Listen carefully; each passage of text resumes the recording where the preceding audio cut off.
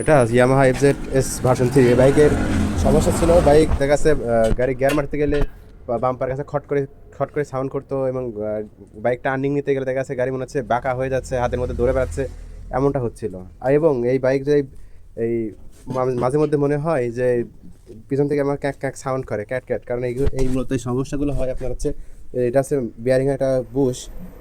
ওই বিয়ারিং এর এই বুশের মাঝখানে খেয়ে যায়, যখন খেয়ে যায় ওর মধ্যে বল থাকে, বলের খোঁচায় খোঁচায় ওই বলের একটা দাগ পড়ে যায়, যেখানে দাগ পড়ে গেছে, হ্যাঁ, গত হয়ে গেছে। যখন এই গত হয়ে যায় তখন ওই বিয়ারিংয়ের ওই যে বলে থেকে এখানে ক্যাক ক্যাক সাউন্ড করে, মনে হয় যে বাইকের কোথাও কোনো কিছু ঢুকে আছে, এমনটা মনে হয়। তো ওই যে নতুনটা লাগানো হচ্ছে, এটা বিয়ারিংয়ের কারণে মূলত ক্যাক ক্যাকে সাউন্ড করে এবং কাঁপাকাঁপি করে। এই বুশটা বেশিরভাগই ইয়ামাহায় বেশি যায়, মাজারে এই বিয়ারিংটা ব্যাক প্যানেল বিয়ারিং বলা হয় এটাকে। এই যে বিয়ারিং আছে, এই বিয়ারিং আর মাঝখান দিয়ে এই শ্যাপটা ঢুকে থাকবে।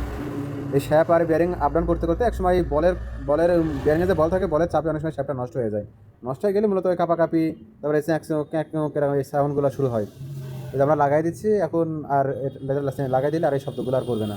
এখন গাড়ি চালায়ও দ্রুত হবে, কারণ ওই বিয়ারিং টেয়ারিংগুলো নষ্ট হয়ে গেলে শব্দ প্লাস কাঁপাকাঁপি সব মিলাই একটা মানে বিশ্রী অবস্থা ছিল। যে এখন লাগানো হচ্ছে, বাইকটা কমপ্লিট করার পরে আর কি ঠিক হয়ে যাবে সমস্যা।